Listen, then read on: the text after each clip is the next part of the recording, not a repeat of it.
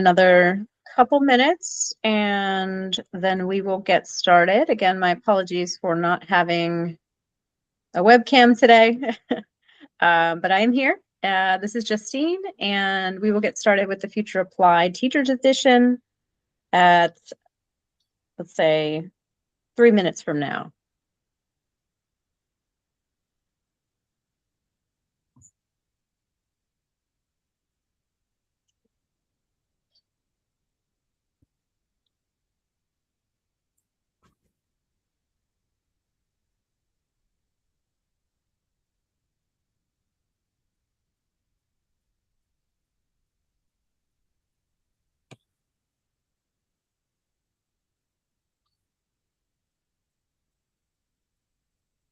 Maybe you should put your picture up, Justine, then everyone knows what you look like at least. Oh, okay. Yeah. Sure. There's Justine. That's me. There's Justine. There you go. And we lost it. Okay. Goodness. You'd think I'd have this figured out.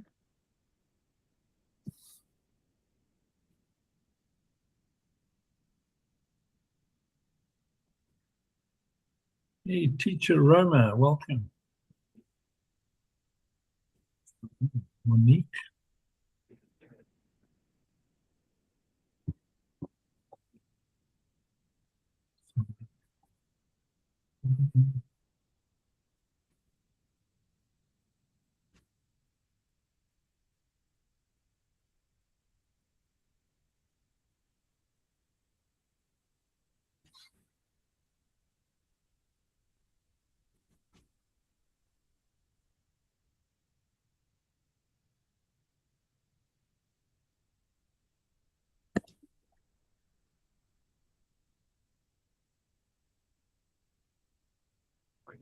All right, getting started here in just 1 minute. This is your final opportunity to grab a sip of water or rush to the bathroom, and we will get started here.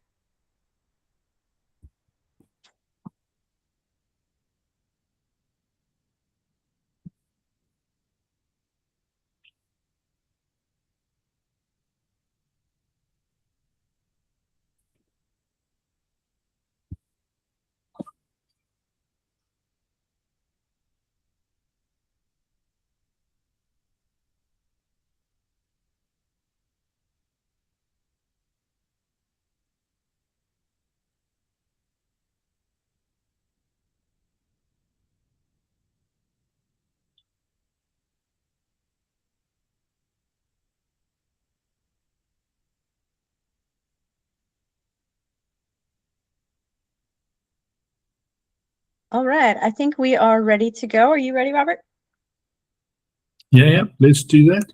All right, excellent. Welcome, everyone. Thank you so much for taking the time out of your busy days to join us here for the Future Applied and Applied AI workshop for teachers. And we are delighted to have you here, not only to share what we have learned with you, but also to hear from you about what you want to learn and what you have learned so far in your AI journey. So to introduce myself, my name is Justine Parks, and I am the founder of Ultimate Reality. This is a future of work training company. I focus on leadership and AI adoption solutions. And I am delighted to be joined by Robert Barnard, who may introduce himself. I wanted to introduce you. Okay. Just quickly, my name is Robert Barnard. I'm a Stellenbosch graduate. I work in education. Also working with AI and helping individuals and companies with AI adoption. It's quite a. I previously worked for 30 years in corporate. I worked for Procter & Gamble, for British American Tobacco, and I worked in London, and I had an international job, and I've done design and facilitation of workshops globally, probably in about 20 countries. And that's a little bit about me. But yeah, we want to know more about you, I think. Yes, absolutely. So what we're going to do is we're going to move forward, and I'm going to share a QR code here that you can scan with your phone to meet our mentee, which is our polling software. So we just have a few questions about you. If you do not want to scan the QR code, you can just go to mentee.com and enter that number, and that will take you to our polls. So I'm going to leave that up for just a second, and then I will share the screen so we can see your responses. So, and also please make sure to, the easiest thing to do would be to leave this up on your phone, because we will be popping in and out of this mentee throughout the workshop. So rather than having you have to log back in and answer all the questions again, just leave it up on your phone.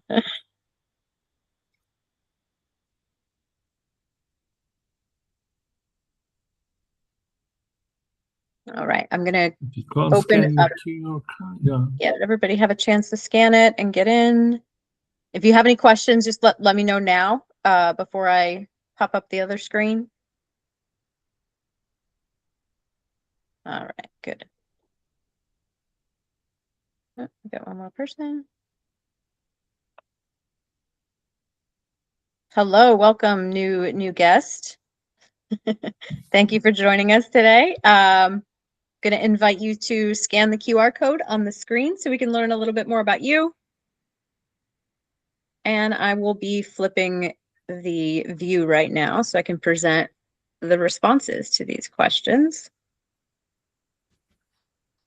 Anyone hasn't done it yet, let us know. We can take another minute.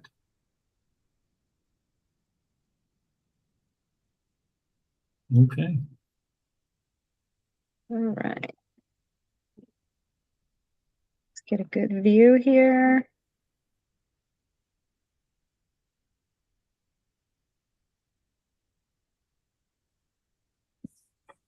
Oh my goodness.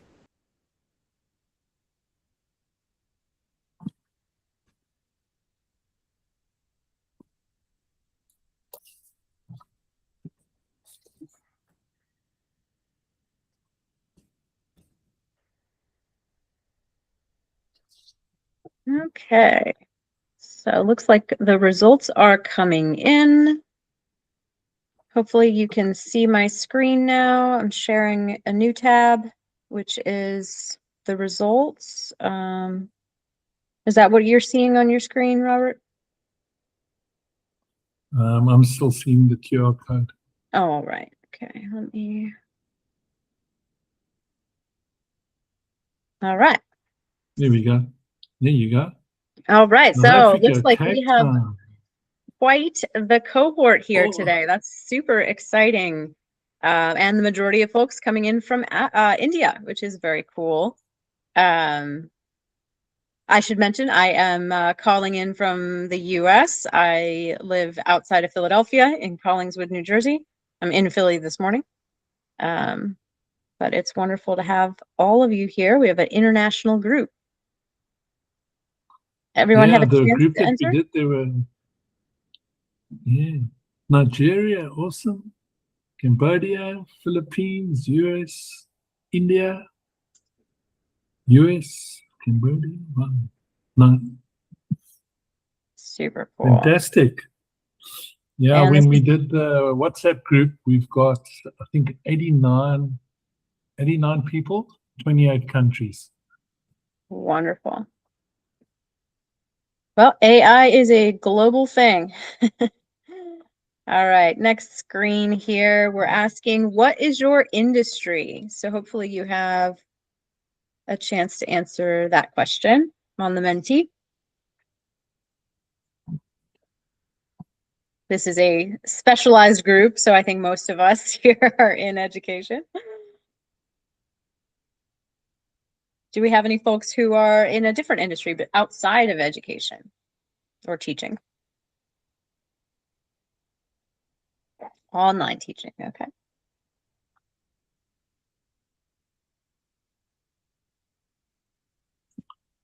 Wonderful. Quite a few online. Yeah. Teacher, education, educational technology, awesome. And we are super lucky Swimming, to have Robert with us here today because he is also an online teacher. And so he has some pretty nifty tricks that he can share with us. Engineering Academy, cool. Yeah, cool. Awesome. Okay, so we're all kind of education adjacent, which is very awesome. Okay, let's move on to the next. So tell us how you really feel about AI. On the left, we have I hate it. On the right, I have I love it. And then something in the middle might describe how you feel. You can be honest. We're not seeing your name.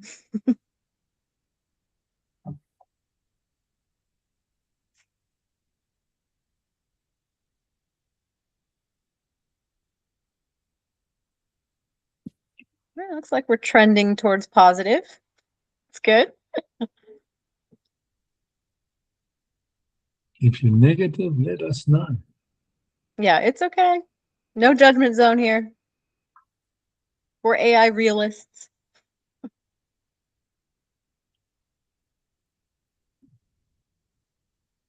All right, looks like that's everyone. Okay, so yeah, looks like a generally positive sentiment, which is good. Well, I'm not even going to evaluate it. It is what it is. So happy to hear where you're at. Now, sounds like you are feeling positive about this, but if you were to have any hesitations about AI, what might they be? And you can select all that might apply. This will just kind of give us a general idea of where your head's at.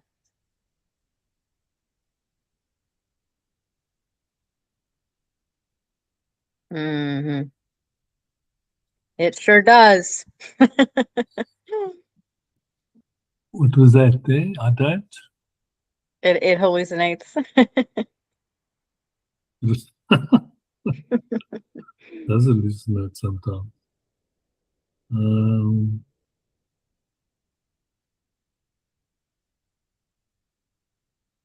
Mm-hmm. Probably evil. I love it. Evil. You never know.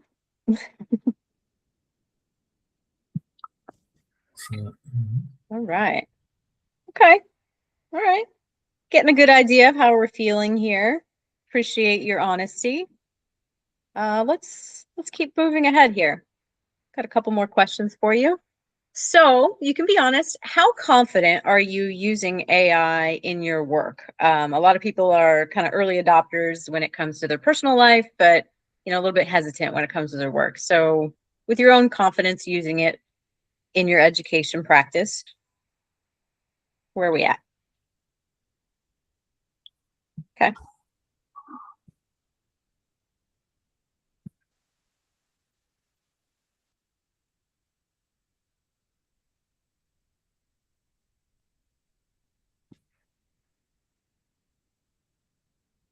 We only have 2 responses so far. So just take a moment, let us know your AI confidence right now.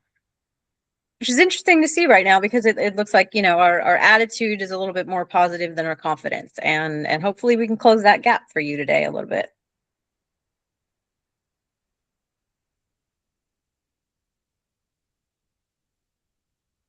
All right, I think we've got one more question here. How do you currently use AI? And this is in general, not just for work. So how do you use AI right now?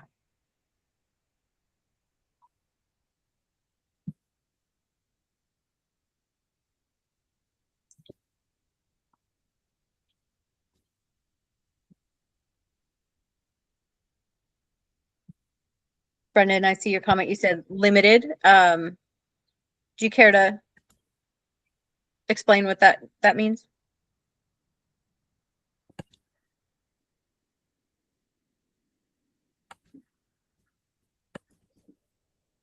Brendan, you want to have it explain?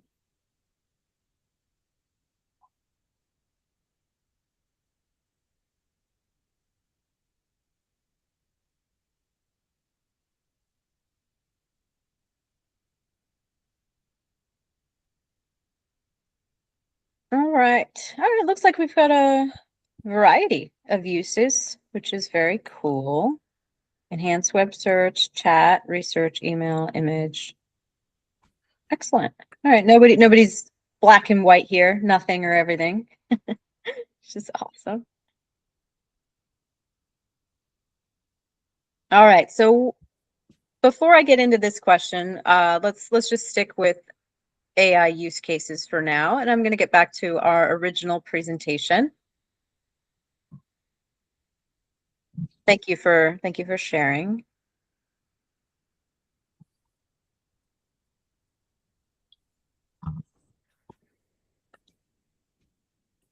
Okay. All right. So it's interesting, sort of the landscape that was shared in terms of the use cases for AI. And we did some research and categorized, generally the uses of how people are using AI right now. And they tend to fall into 4 categories. I've made these up, so these are my categories. And the first is looker-uppers. And looker-uppers are folks that are kind of using AI tools like a glorified search engine.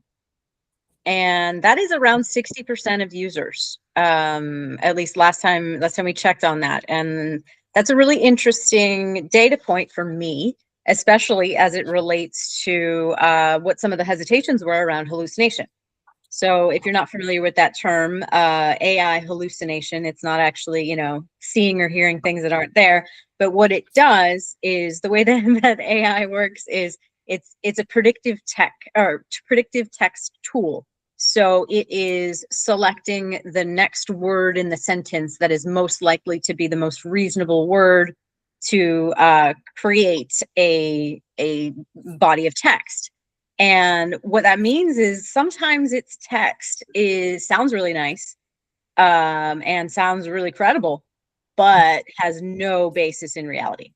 And that is what a hallucination is. So it might tell you like really interesting facts about bears on the moon, and tell you that 70% of the bears on the moon are, eating sugar water, and and that sounds really wonderful, but really it's just telling a story. So it is important to not use AI as a search engine for that reason, unless you're being very careful about asking for sources and checking those sources. So that is something important to be aware of. The next is the email architects. So around 40% of AI users use AI to compose emails and draft replies.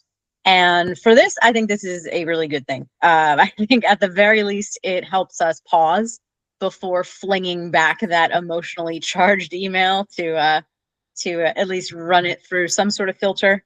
And interestingly, some of us have learned to communicate very robotically. And it's very ironic that we might need a robot to help us sound a little bit more human, but whatever works. So that is a pretty high percentage of people are using it for email. And then we have chat friends. So this gets a lot of press.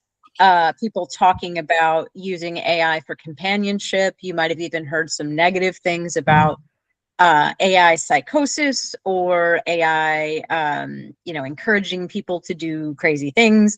But ultimately, that is not a really high percentage of folks that are using it for that reason, specifically companionship, an AI boyfriend or AI girlfriend or a free therapist. That's only 20% of people. And I'm not going to evaluate whether that's a good thing or a bad thing. I think it's just important to understand, again, how AI works, and that it is not, in fact, your friend.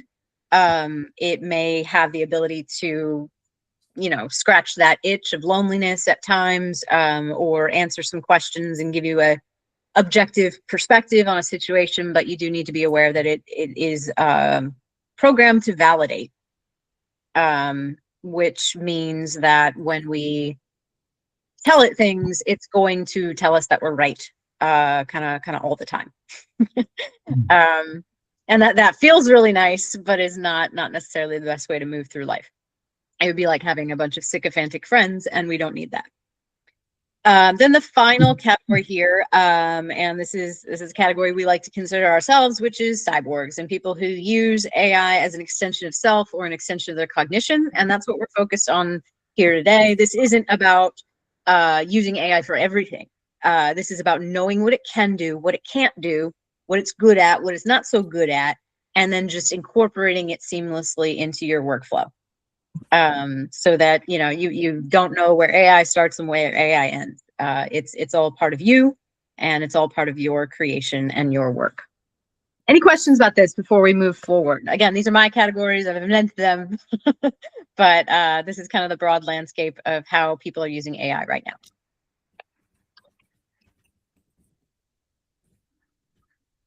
Cool.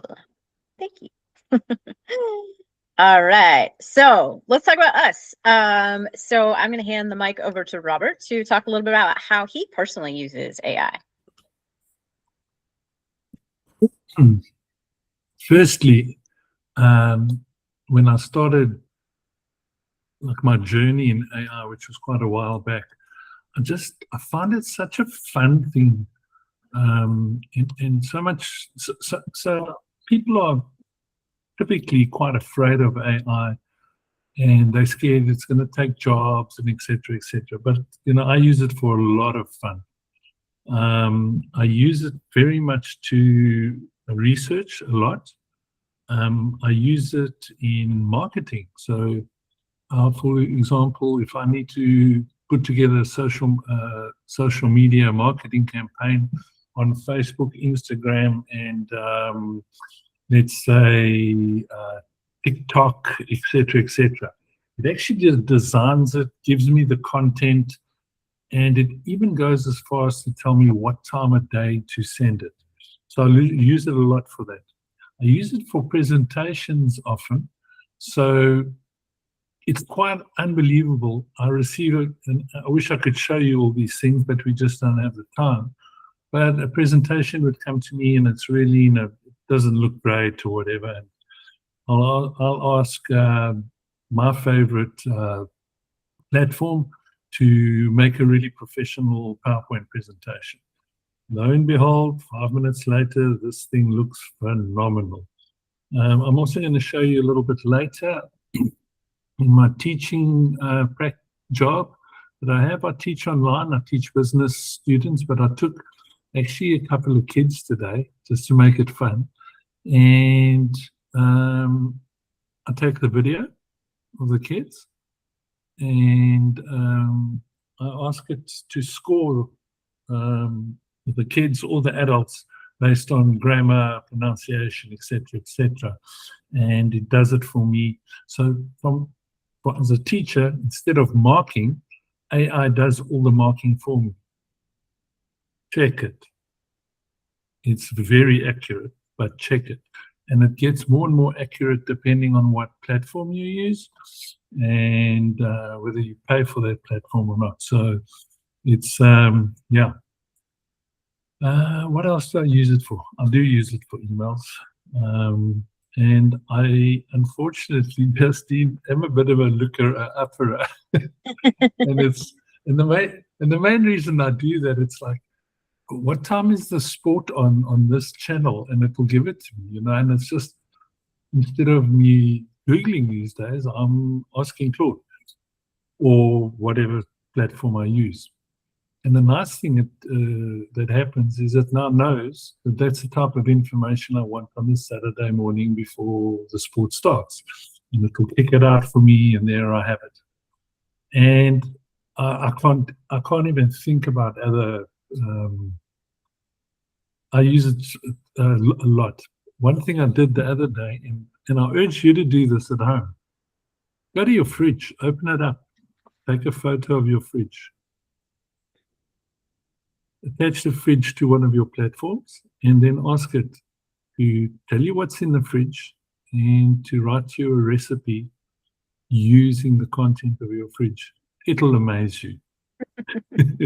Anyway, so my bottom line, AI needs to be fun.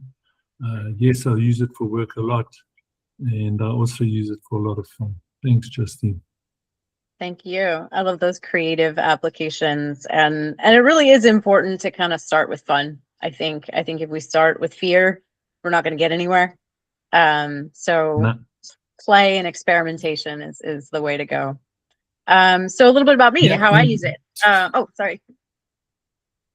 No, I said I was speaking with you recently, and one of the skills that you need for to become good at AI is you need to be a little bit curious. Give it a go, you know. Sorry. So curiosity as a skill when it comes to AI is important. Sorry, Justine. No, that's wonderful. You're absolutely right. Okay, so for myself, just reiterating the language of Cyborg is I use AI as an extension of my own cognition. I really use it as a thinking partner, I would say, primarily, and not just a tool.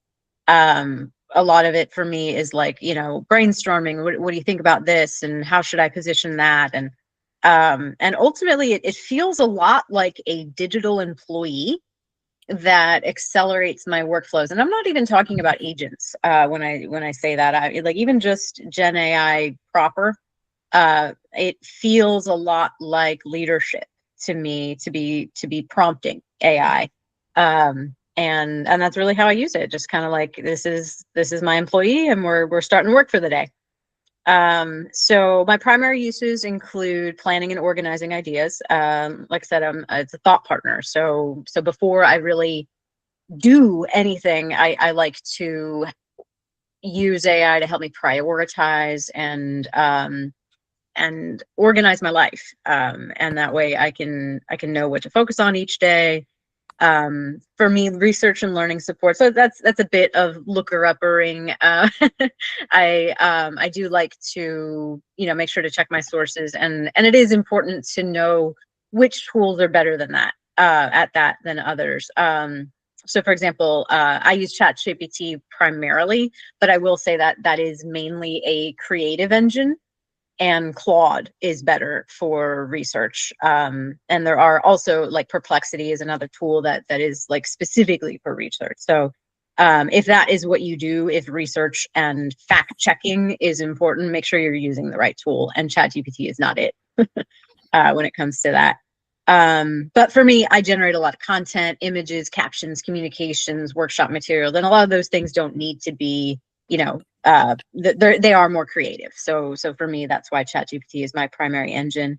I also use it for intellectual cohesion and brand alignment. So for my business, I like to make sure that things fit into all one universe, and it's really helpful for me to run that by AI as it looks at things a little bit more holistically than maybe a person who might only understand one part of me.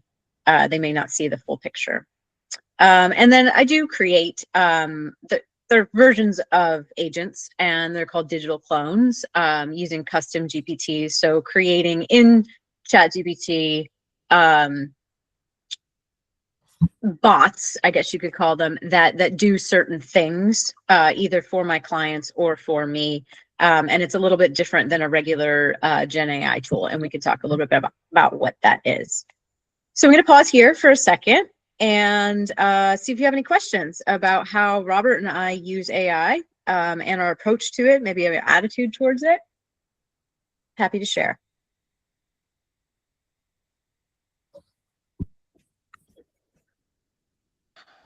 Hello, everyone. Hi. Hi. Hi. I do. Hi. Hello. It's great to be here. I'm sorry. I'm late. I had a class and I just came in, and I do have a very basic question about AI, and I felt you might have already talked about it, so I decided to just ask if you Sure. don't mind. Yeah, please. So yeah. Okay. Okay. So basically, I teach, and I teach ESL. Yeah. So I use the only AI I know, I'm very used to, is ChatGPT. But I have a problem. Sometimes it's very hard for me to download a file. Sometimes I want to report a trial class, and I want it in a certain format, and I want the book to reference the trial class. But I find it hard to upload PDF files. So which AI tool can I that allows different kinds of documents? Do you have any idea which AI tool would be best to upload a document so we could produce a trial class report for me? Thank you. Wow. Great. Okay. Yeah, Robert, I'll turn that over to you. I'm sure you're doing similar things. Okay, I use ChatGPT a lot, but for teaching and doing what you've just mentioned, that marking exam papers, I prefer to use Claude, and I'll show you a little bit later how it works, but I use a paid for, it's not very expensive, probably about, what's 500 Rand? No, I can't really remember, $100, not even $100. And then it does a really deep seek. So you can actually set Claude to make it think really hard and grab information from many, many sources. And that helps me a lot. The weird thing is, ChatGPT, if you are an ESL teacher, ChatGPT is better if you video the lesson, upload an MP4 file, and then ask it, and I'll show you how it does it just now as well.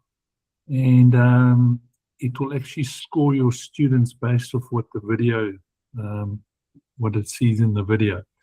Really accurate if you're paying for it. Do check it, but I've never had a situation where it's got it wrong. I hope that answers your question. Absolutely, absolutely, really helpful. Thank you so much. Thanks for your question. Nice. Thank you for the question. Any more questions?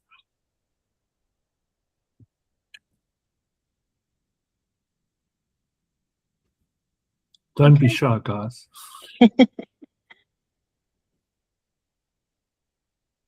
Oh, I see TechSmart Academy has a question.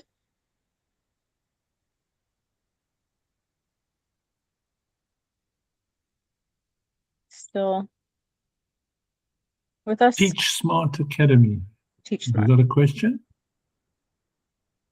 Just unmute your... Nope. Okay. All right. So let's get into it. So let's talk a little bit about our learning objectives here today. We are here until about an hour from now, and there's some things we want to talk about, but there's also some things we want to do together. So first, we'll find out what AI is actually good at right now, and of course, that's ever evolving and changing. Then we'll learn how to ask AI better questions to get better answers. So we'll be talking a bit about prompt standards and prompt engineering. After that, we will learn how to use AI for common virtual learning use cases.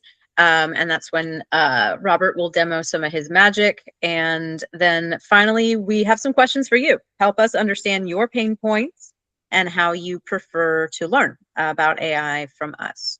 Is there anything else that you were hoping to get out of this workshop here today that I do not have up on the screen that maybe we can help you with?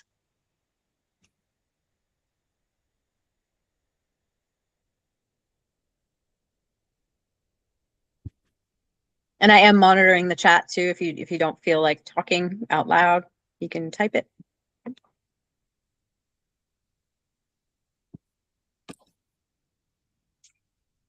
Okay, looks like we're all okay with these learning objectives. So let's move forward. So let's first just start talking about some of the differences between some of the language that we're hearing right now about AI. You've probably heard Gen AI, you've heard agentic AI, you've heard automation. So they're not all the same thing, and there is some crossover. So let's get clear on what they are. So first of all, generative AI, which is really primarily what we're talking about here today and the tools that we will be using. is AI that generates content, text, code, images, or ideas in response to a prompt. So it doesn't do it automatically. You have to tell it to do something, and then it will do it. And as I mentioned, it's predictive text. So it is just sort of creatively generating essays or text or emails or code or things like that, based on what it thinks is most logical and most reasonable in that situation.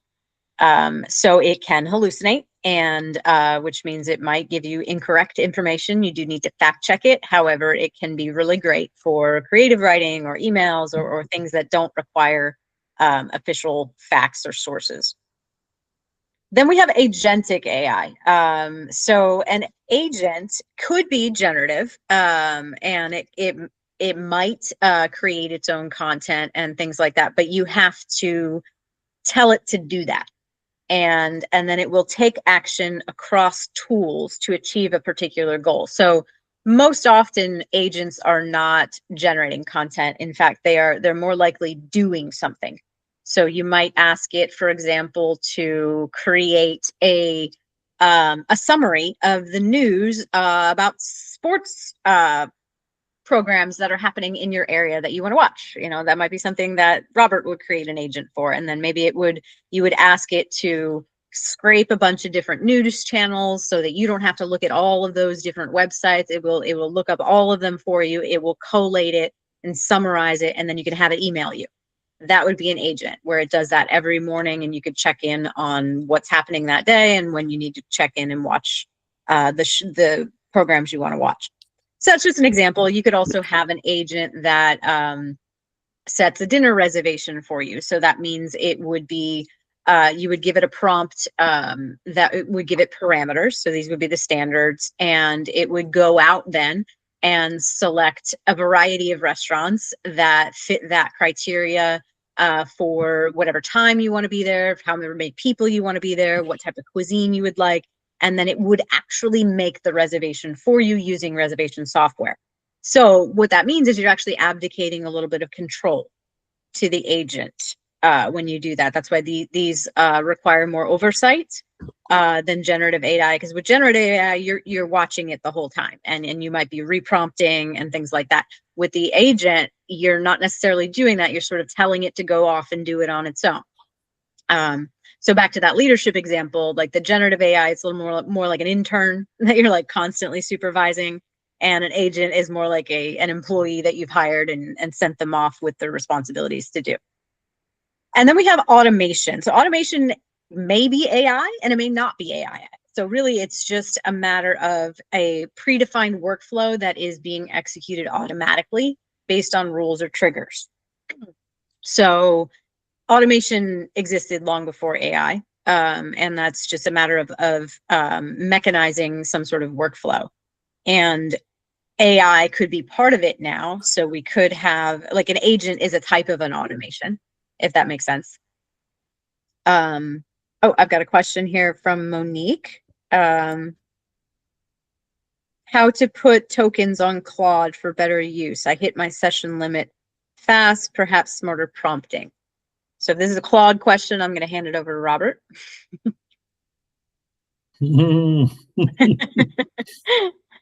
Okay. Yeah, you will run out of tokens especially if you're on the free version.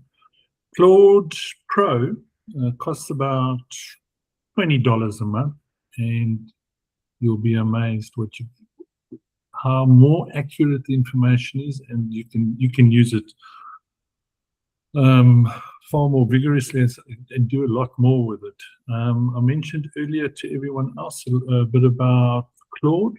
Claude, you get a free one, also runs out quite quickly, and then it has a Pro, which is $20 a month, and yeah, I get quite a lot out of it. On Claude Pro, and it has limits. It does have limits, you're right. So for example, what Claude will do, Niani, is it will, if you're using it a lot, you'll notice it says to you, you can carry on in an hour's time. but that would mean you probably on the Pro. If you wanted to go to the Max, I mean, that's like heavy stuff. I know people that are engineers that use Max, and it's unbelievably accurate. Yeah, I hope I've answered your question. I use Claude a lot, but if I use it for some very heavy tasks and deep thinking and big files, it will run out. Mm-hmm. But then it comes back at you and says, in an hour's time, feel free to start again. Any questions? There's the hack, right? Time. Yeah, it's time. Cool. Does anyone have any questions about these definitions? Monique wants to know about, would you recommend smarter prompting? So, yes, in my mind, you need to prompt smarter. And the reason you want to prompt smarter is if you don't prompt smartly right up front, then you keep prompting, so that it gives you exactly what you want eventually. So the more powerful the prompt up front, yeah. Completely agree Lauren, about that. Yeah, because also the quality goes down the more that you prompt and the more that you engineer it. So the better and more specific you can get up front, and this is across any tool. The better the result is going to be, and that way maybe you only need to do a little bit of zhuzhing, but you're not constantly reprompting. On the flip side, if you want something a little more creative, you can intentionally be vague, but I wouldn't recommend that if you're looking for accuracy. And Zoran's using Gemini, Copilot, and ChatGPT. We are going to chat about the various platforms briefly. But yeah, some platforms are better for certain things than others, and it's simple as that. Mm-hmm. But the landscape is changing so fast. I was a ChatGPT maniac when I started, and then now I can't use anything else but Claude. Claude also has become quite intelligent in that it prompts you, like it says to you, I don't know this information, give it to me, so I'll give you an accurate response. Thank you. Okay, Cool. So let's move forward here. So this is a general overview of Gen AI and its capabilities and its lack of capabilities here. So this is a reality check. What it is good at is turning incomplete ideas into structured outlines. Again, that is a creative task. So if you just like give it an idea dump and say, here's what I'm thinking, blah, blah, blah, blah, blah. You could even do this like with the audio, do a voice text or something like that and just ramble to it. It's pretty good at taking your rambling and turning it into, here's what I heard and here's what you need to focus on, which is great. It's good at drafting and iterating quickly. So if you need that quick email and then you want to reprompt it and say, write it slightly differently or in a different tone, it's good at doing that. It saves you quite a bit of time with drafting things. Doing that first draft, I think, is the best way to use it. And then it's pretty good at analyzing information from long text and images, depending on the tool. It can, analyze information from the image as well. It's good at providing options and different perspectives. This is like one of the main uses that I love it for, is just kind of getting that outside perspective and being like, what am I missing? And it can give you that. And then being a thinking partner, like, just brainstorming together, doing that bouncy ball back and forth and developing an idea. That's what it's good at. I think we're all kind of familiar with what it's good at, but it is important to know what it's not good at as well, so that we're not using it in the wrong way and handing over too much control. So the first is intuiting real world context. And what I mean by that is if you do not share the background, especially about a complex social situation or something that has political, like corporate politics or other sort of like complex dynamics involved, it does not know them. So it's not going to know it. It's not going to understand. It's not going to know what other people are thinking. It's not intuitive, even though it might seem that way. So you do have to really feed a lot of detail on social context and emotional context to it if you want any sort of realistic or useful feedback or perspective on something human.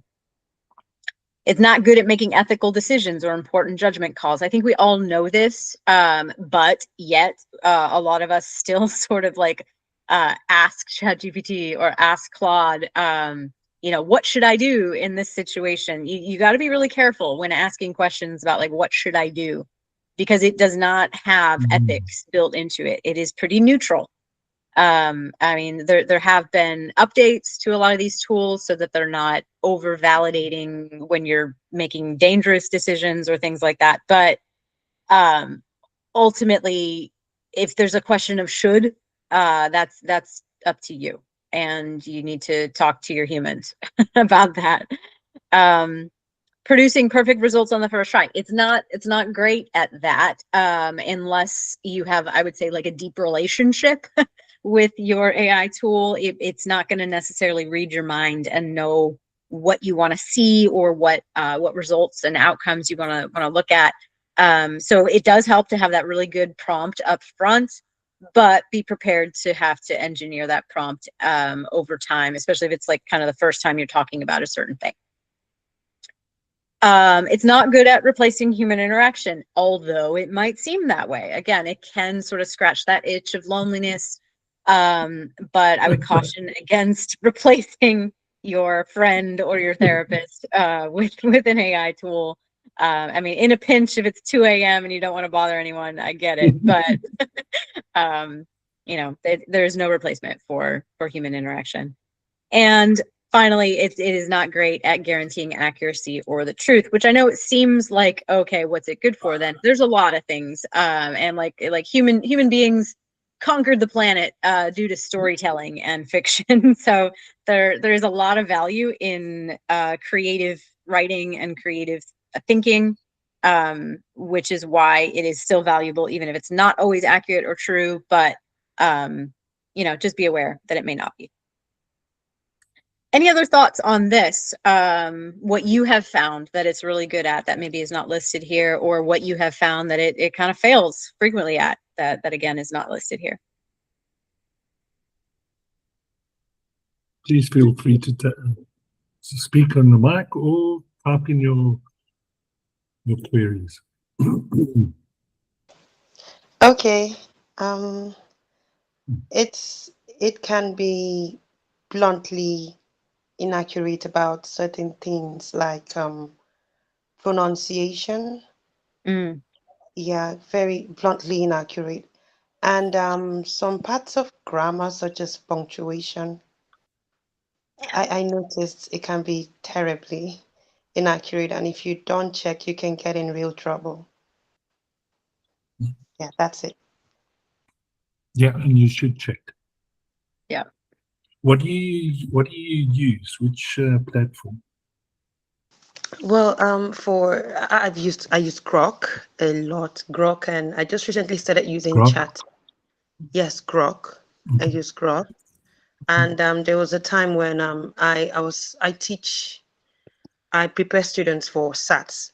So I didn't have time to prepare for the class, so I just decided to prompt Grok to supply me answers since I didn't prepare for the class. And I started the lesson and it gave me answers for boundaries questions. Every other thing was correct, but when it got to boundaries questions that border around punctuation, well, it was wrong. I couldn't even believe it. It was wrong. It was very surprising, but it was completely wrong. I didn't have time to check, but I knew it was wrong. I could spot that it was wrong the moment I saw it. So, yeah.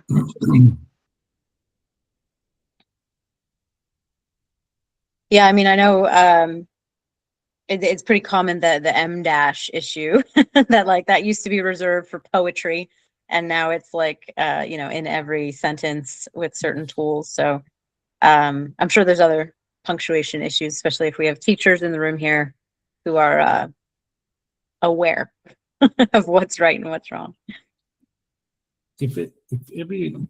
Some of us might not know what an M dash is. M dash is like, there'll be two words, but the dash between it is like extra long. Mm-hmm. And you immediately know, okay, well, the AI wrote this. So it's incredibly important that you then, at the end of whatever it's generated for you, is that you write something like remove all M dashes and write it so that it's not in AI speak, and that people know that I've plagiarized, and it'll change it for you. Yeah. And you can even go as far as to ask it, write this email or class as if I'm giving it, me, because your platform gets to know you. Mm-hmm. It gets to know how you speak and how you communicate. So I'm going to show you just now on Claude. I'll give it a one-line prompt, but it's taken me a while for Claude to get to know me. And I put in a prompt, and my prompt's one sentence, and it does what I want it to do. That's great. Yeah. I hope that M dash and write this as if it was a human is very important. That's such an important point. It's so important to remember that it should just be writing that first draft for you, and that you need to review it. The M dash is a dead giveaway. There's other things.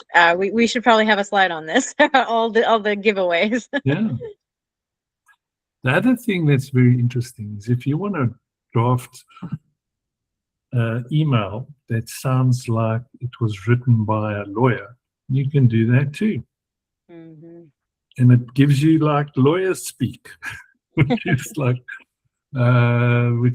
cool. On the contrary, you can take a legal document and you can ask it, listen, I can't read this. I don't understand it. Won't you please give me 20 bullet points, summarize it, and consider me to be a 12-year-old kid. You'll be amazed. It gives it to you verbatim, what you need to know in a very simplified way. So you can flip it. I love that. That makes sense? Okay. All right. So let's talk a little bit about the prompting. And so there's prompt standards and there's prompt engineering.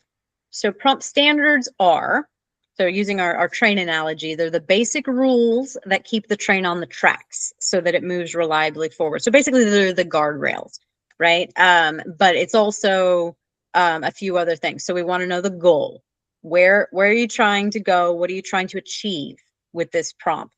And that means that by the end of the prompt, you should have a real clear question as to like what kind of outcome you're looking for. Otherwise, it will have no idea, and it'll invent something.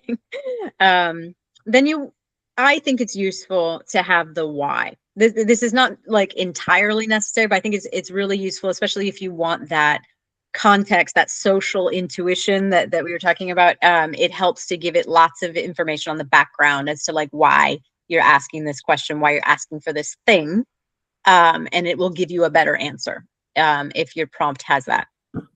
And then the guardrails, what should be included, what shouldn't be included. Okay, I don't want M dashes. I don't want the format of it's not this, it's that. Or maybe if you want it to be in, the voice of a lawyer or something like that, that would be one of your guardrails that you put on it. So give it parameters. And then finally, the format. How do you want the information structured? Do you want an image? Then you got to tell it, please generate an image. If you want a document, please generate an essay. So you have to be very clear on what you want the output to be. So this is just across the board in all sort of requests that you put into a Gen AI tool. They should include these 4 things. Then we have prompt engineering. You've probably heard about that. So prompt engineering is what happens after you receive your first output. And then you want to zhuzh it. So it's the practice of designing instructions where you tell the train where to go, how fast you want it to move, and what it should do along the way. I like to say it's a form of leadership. So this is like if you had an intern, for example, if they do something, you're not going to be like, no, that was bad. You would be like, okay, here's what I liked about it, and here's what you could do slightly differently. And it's just a way for you to refine the output. But it also starts with being able to select the right tool. So selecting the right tool, deciding which set of tools is most appropriate and useful for the given task. That's a necessary part of the prompt engineering. You don't want to use, Gemini for something that is like far more, useful to be used with ChatGPT or Claude or something like that. So you want to know what the difference is and select the right tool up front. Then you can do abstract inquiry. So this is a type of prompt engineering that is exactly what Robert was talking about, having it speak in a certain voice, or giving you a certain perspective, or frame something in a hypothetical. So it's abstract. You're not asking for facts or details. You're asking for it to creatively generate the information in a way that sounds a certain way or is presented to you in a certain way. Okay, and then there's output improvement. So this is you've received your prompt or you've received your output and it's not quite what you want. So you want to reprompt it and say, can you please do this instead or add this to it or whatever. This is useful.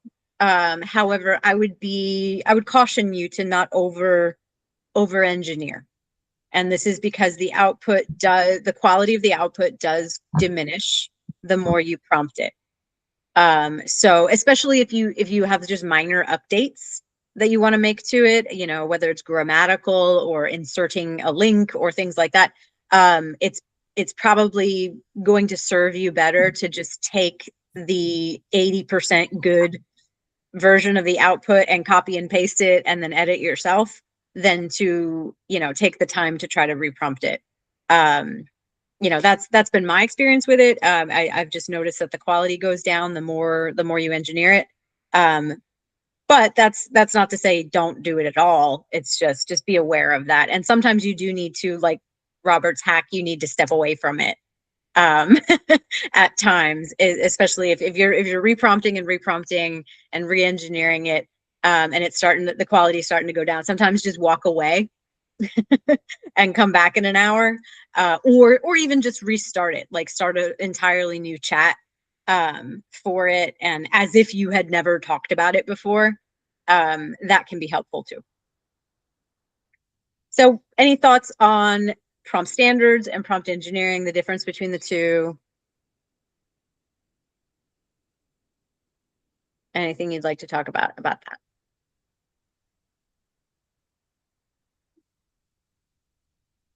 Okay, all this is real basic stuff. I mean, for anybody who's a casual AI user, you're probably familiar with this. Maybe you didn't know all the terms, but I'm sure you're doing this. You're doing this in practice. So let's talk a little bit about some use cases, and specifically, Robert has a use case where he evaluates students' learning based on a recording. And this is a technique that would be hopefully useful to all of you. So I'm going to stop sharing right now so that Robert can share his demo.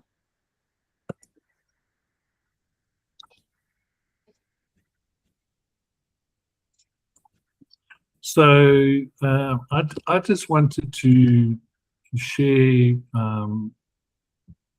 something with you.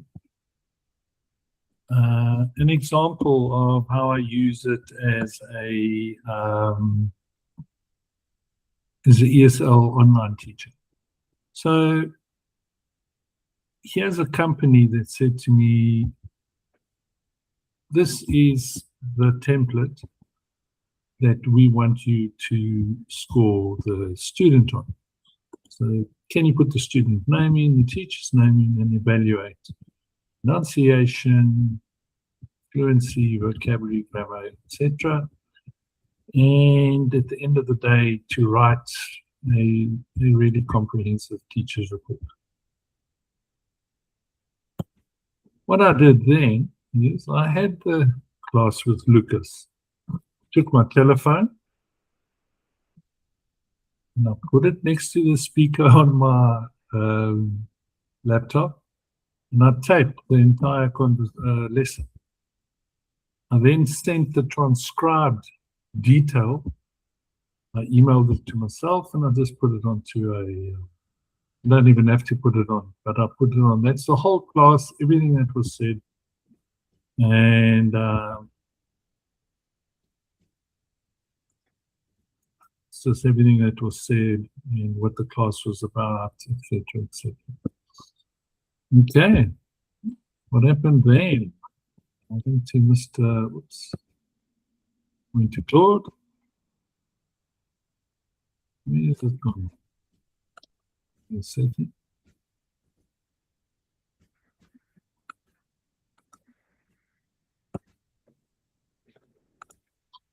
I can't find Claude now. And I uploaded transcribed lesson. I uploaded the raw template, nothing in there. Okay. And what I want you to have a look at is down here on the right, you will see written Opus 4.8 high. So you've got, for very quick answers, you can use HICO 4.5. For more efficient everyday tasks, 4.6.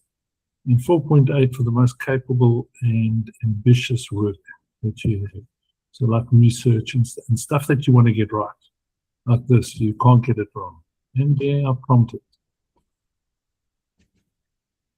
What you'll see now is Claude starts thinking. Over here. Tells me I'm going to have a good look at the document. And looks at the uploaded files, takes the transcript and evaluates it, then looks at the evaluation template, structure carefully, and it wants to look at the exact layout of the cells. It takes a little while, and then it starts summarizing, etc., etc.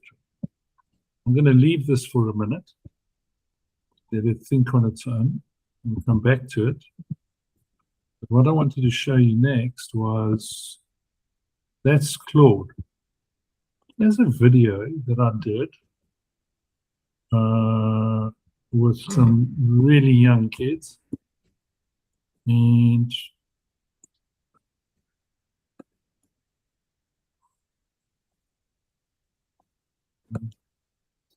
there's Doris.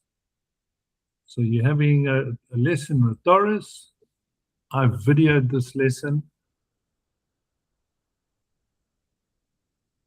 Okay.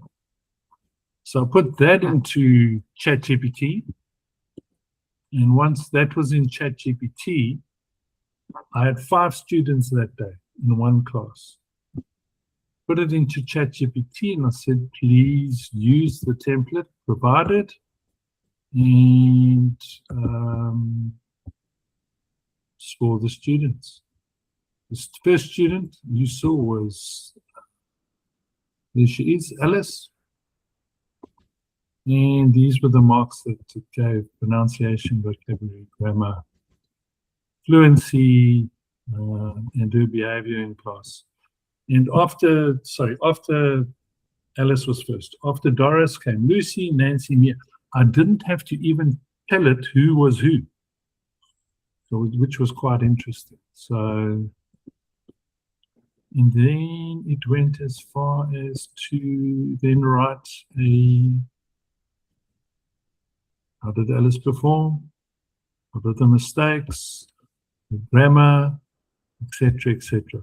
So yeah, that was done on ChatGPT using an MP4 file, and probably took 5 minutes, 10 minutes, an hour long.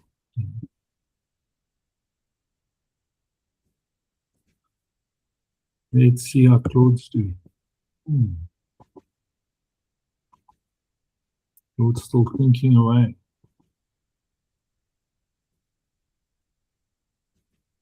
And the reason it's taking long, you remember what I've done. I've asked it to really think and really be using Opus 4.8. Really be, accurate, super accurate. And I tell it, take your time. There's no rush. It's now building the report, as you'll notice.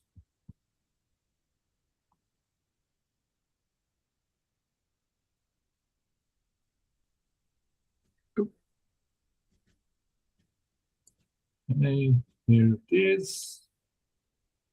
Let's have a look at it. I want to do this for me.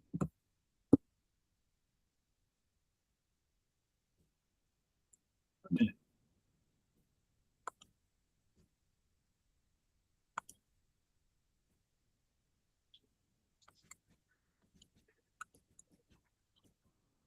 I'm not doing it because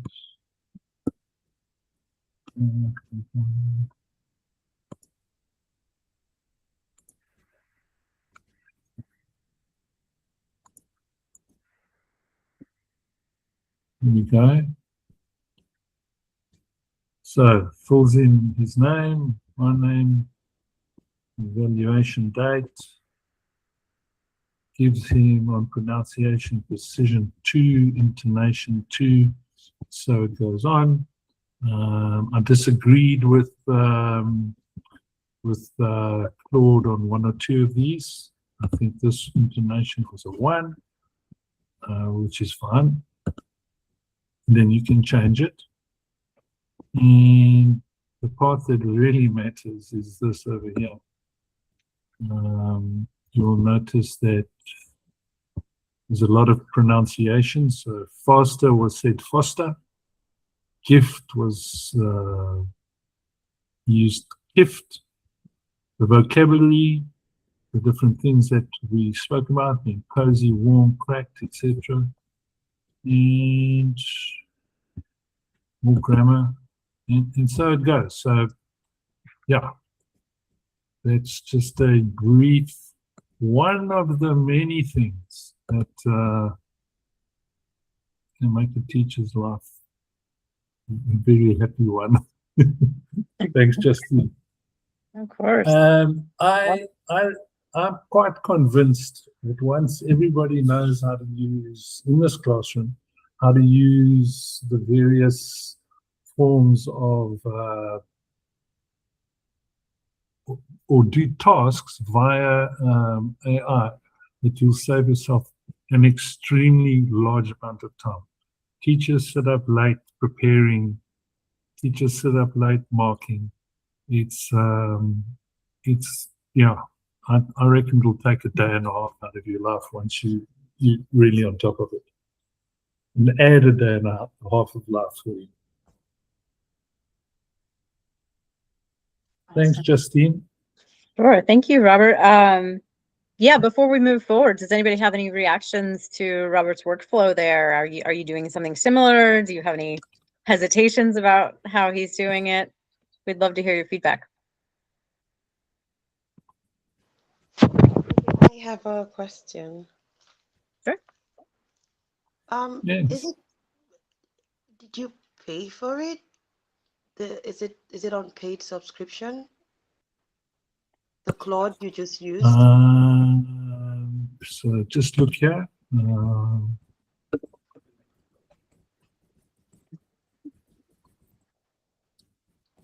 How much does Claude cost? Oh, sure, but you can't see that.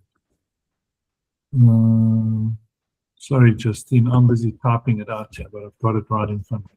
Yes, Marianne, you do pay for Claude if you want to do that type of thing. It's not terribly expensive. For Claude, you are going to be paying for the Pro $20 a month. and that will let you do pretty deep work. Wow. It Okay. will let you do pretty deep work. If you prompt properly, you'll get more out of it. And what Claude does is, if you've used a lot of tokens, it will say to you, like I got it last night, you can go live at 7:30 again. And then at 7:30, you push enter and it starts working for you again. Okay. So yes, I do use the paid version of Claude for $20 a month. Could you share the exact prompt to generate that kind of report? Could you share the prompt, please? Sure. If you could maybe share here, really helpful. Okay, so I can. However, it's not going to be of much value to you. And I'll tell you why. I've been using Claude for a long time. So it understands exactly what I require, what my standards are, etc. So the prompt I wrote today was terribly short. I just said, do what you've done for me before. Same standards, same quality. And it just does it. But when I originally had to prompt for it, it was very different. It was, here is a test template. Here is the transcribed text of the lesson. Can you please add the two together? And want you to really think deeply about it, and can you score the student? So today I actually just said, do what you usually do. So it knows what I want. Does that make sense, Marianne? And that's why we're here. You know, if in the future you are going to want to learn how to prompt for what I've just done, then we will coach you with it. Okay, thank you. Brendan, I agree with you. If you need subscriptions for multiple AIs, it could get expensive. Yes, it is. It could get expensive, and specifically because we're in South Africa and we're paying in rand. It can be expensive. One thing that, and I don't know if Justine agrees with me, but the costs of AI should be coming down over time. So the other thing that I can say to you is choose carefully which platform you use, Brendan. I used to use a certain one. I don't have a preference. I do have a preference. So I pay for the one that gives me what I need in my everyday week. I hope that answers your question, Brendan.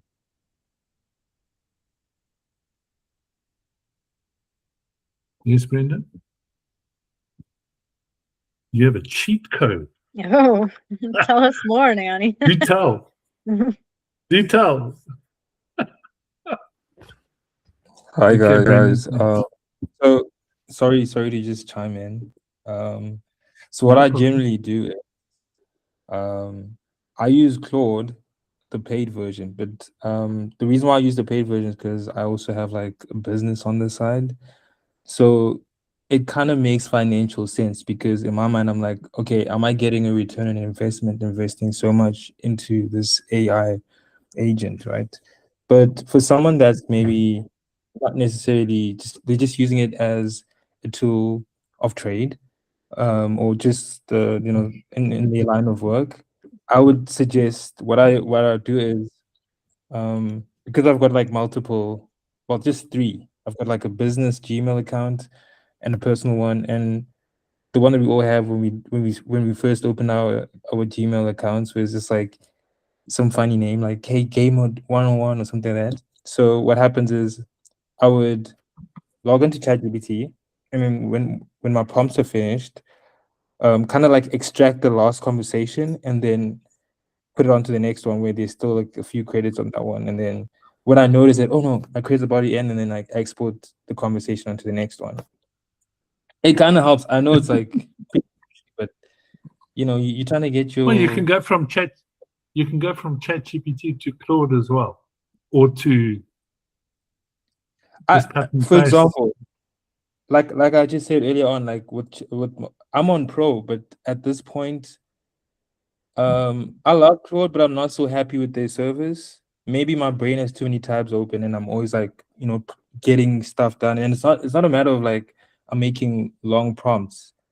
It's just like maybe the nature of work that I need to do. So sometimes I end up, juggling in between the paid account, and then I have like the other 2 accounts which are not paid, but I can still get a bit work done. So yeah, Interesting. I'd advise, if someone is not trying to get into the paid subscriptions, use another, like, if you maybe have like 2 Gmail accounts, or maybe it's like a Gmail and a Yahoo, just rotate between the 2, just to at least help you maximize and get that free credits worth. Interesting. Yeah. Now, for South Africans, it's $320 a month on Claude.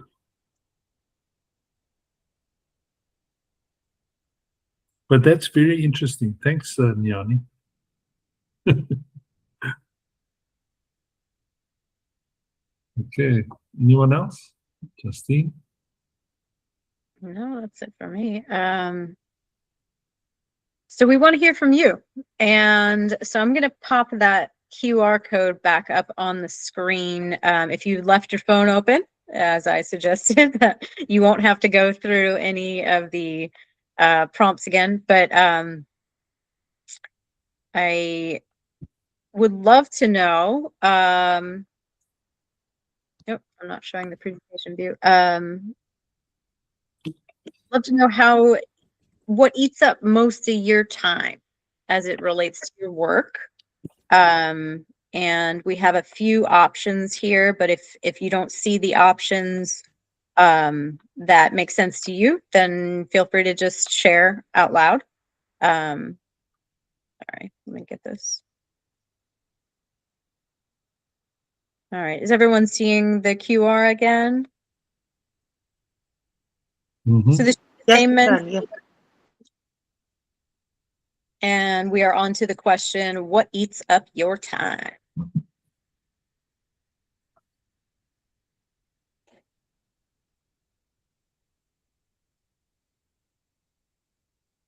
Okay, if everybody has the site up, I'm going to switch over to the Menti itself so we can see your responses.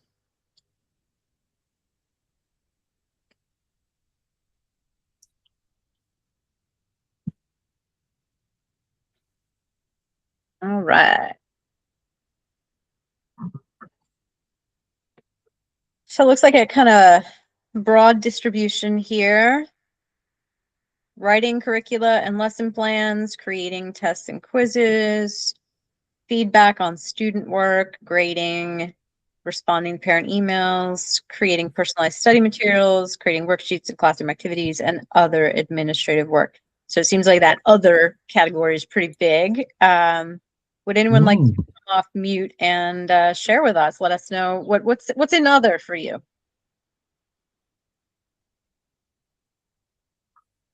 I just wanted to share something quickly. Folks, the whole idea of the program today was to take you through generative AI and then really to get stuck into this. What's taking up your time? What's freaking you out as a teacher? Because what we're going to do then is we're going to design and develop a 20-minute session per week, and we're going to teach you how to do it quickly. That's the intention. So we need some rich information here. This other administrative work, what is it? Give it to us. Let us understand. And this is really your time, and that, as I said, 20 minutes a week is nothing. We'll log on and we'll teach you how to do what I did on, for example, on what I showed you just now. Yeah. So we really want your input here, is what I'm asking.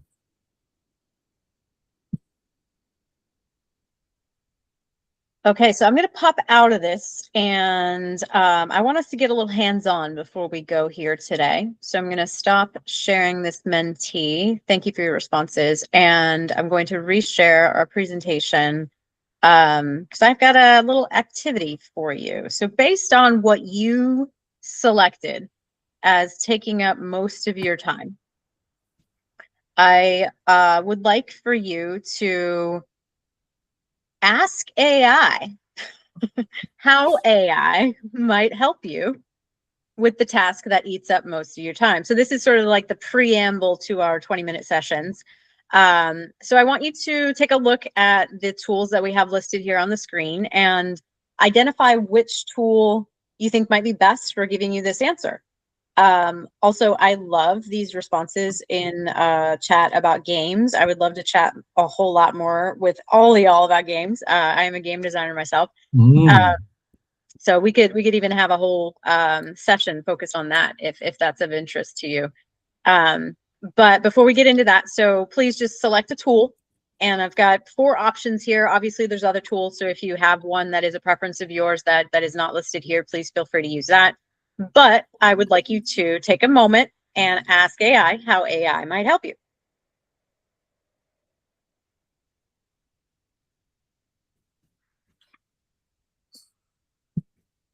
And that I think is one of the most underutilized ways to use AI is to ask it how to use it.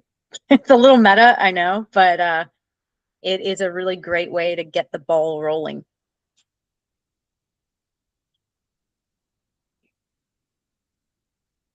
Thanks, Brendan. Appreciate you joining us. Thanks, Brendan. Yeah, appreciate you.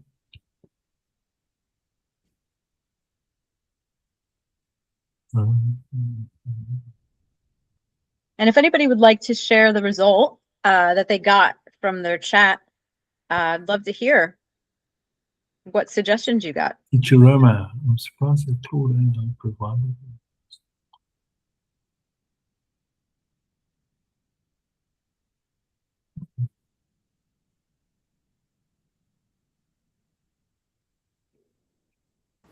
Sorry, but I don't know what you want me to search for. I couldn't get. Okay, yeah. So based on what you answered in the Menti as to what takes up most of your time, what's eating up your time, I want you to ask AI, any of the tools that you want, how it might help you with that.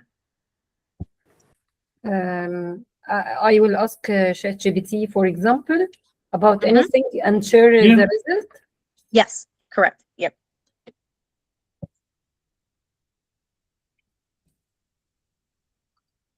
Marianne, I see you got your hand up. Yeah, I would like to share my results. Yeah, please. So I asked AI, I said, how can you help me create worksheets for my students? It takes so much time. And then it said, well, it's very long. Well, I'm just going to say, number 1, it says, turn one passage into many worksheets. For example, if you have a short story, I can instantly generate grammar worksheets, vocabulary, comprehension questions, speaking prompts, writing tasks. So it says, you give me the student level, the focus, and I will give you a full worksheet in 1 to 2 minutes. I love it. Yeah, that was ChatGPT.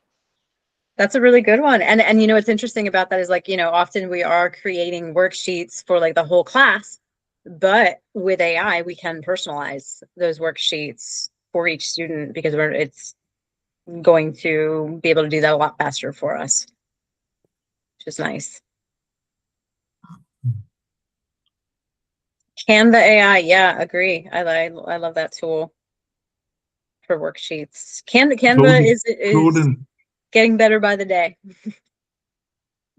And Claude is now quite good with PowerPoint presentations. I can show the group as well if you want me to.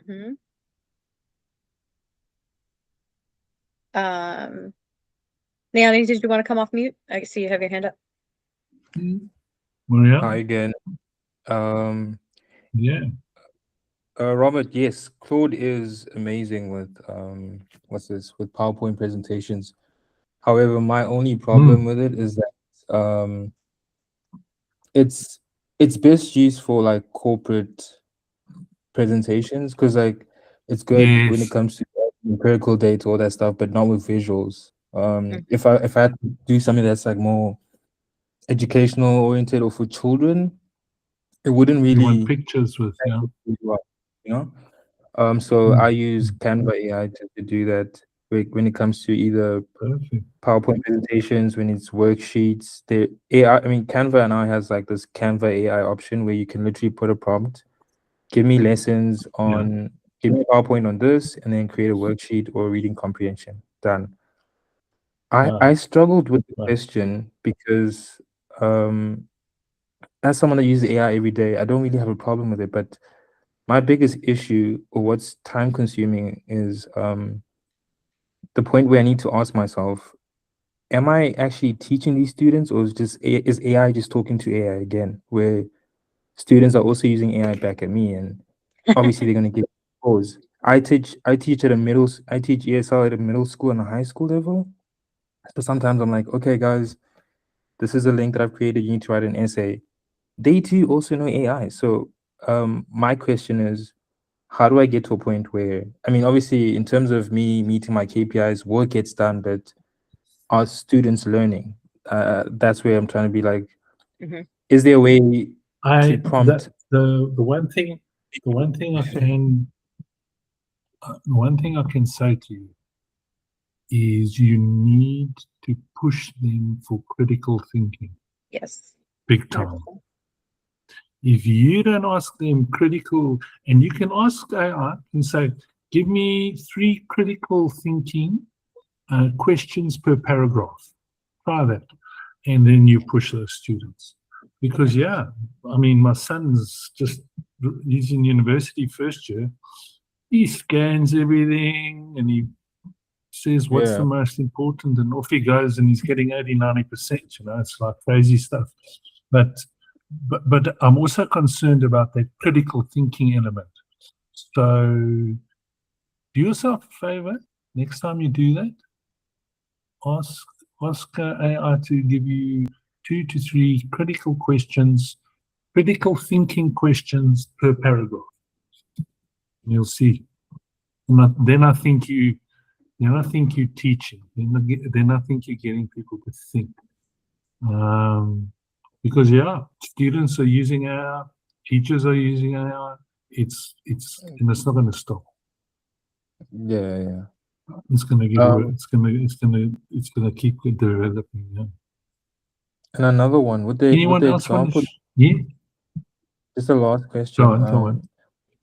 With the example you made of the video of Alice and the other students that you had like a video.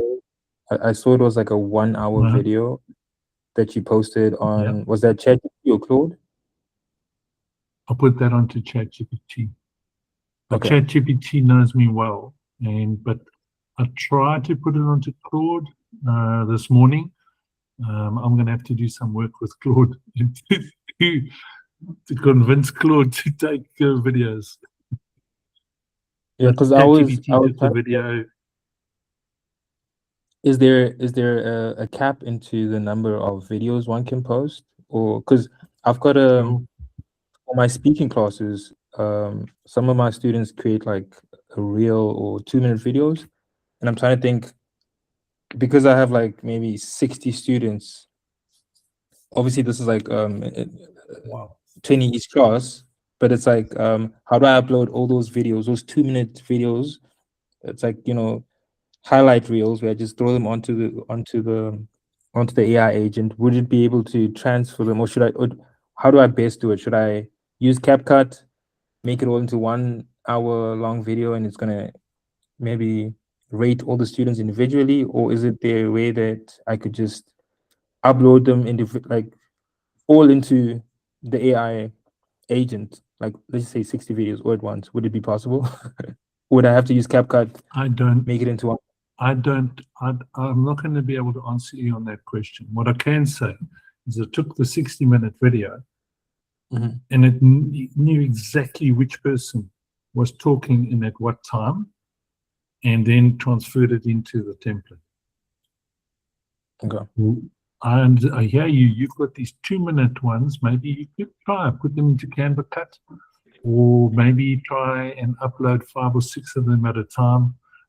Sometimes Claude doesn't take more than X amount. I think it's 10 attachments. Yeah. So play with it. Have fun. Okay. Okay. But thanks.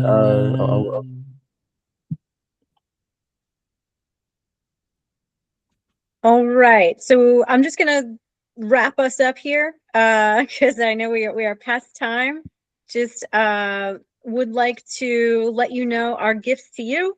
So after this session, we will share a video recording as well as an AI summary of today's workshop. So that'll be the transcript, just like Robert was sharing. It'll review our key points and takeaways. So if there was anything you missed, you can just go back and review that if you'd like. We will also give you access to our self-paced portal, which is just lifetime access of, all the content that we went through here, if you want to just peruse it at your convenience. And embedded in that website is an AI learning assistant. This is the engineer, and this AI learning assistant is trained on all of our content. And one of the best things that he can do is provide you with additional applied AI use cases if you ask for it. So again, asking AI how AI can help you. This is one of the things that it can do for you. And also before we go, just wanted to mention that there are a variety of ways that you can connect with us. You can join another session. You can reach out, and if you are interested in one-on-one coaching, we'd be happy to work with you. And we are also looking to offer 20-minute weekly sessions. So this would be you bringing us whatever you're working on that week, and we can troubleshoot it together, or you can share it with us in advance, and we can do some research on the best way to apply AI in your work. But we really want to build this learning community and be able to support each other. Nobody is an expert on AI. We're all learning. We're all figuring this out. So thank you for joining us, and we hope you have a great rest of your day. Awesome. Thanks for joining. Thanks, Justine. Thank you, Robert. Thank you very much for hosting the session. Take care, everyone. Bye now. Take care. Thank you.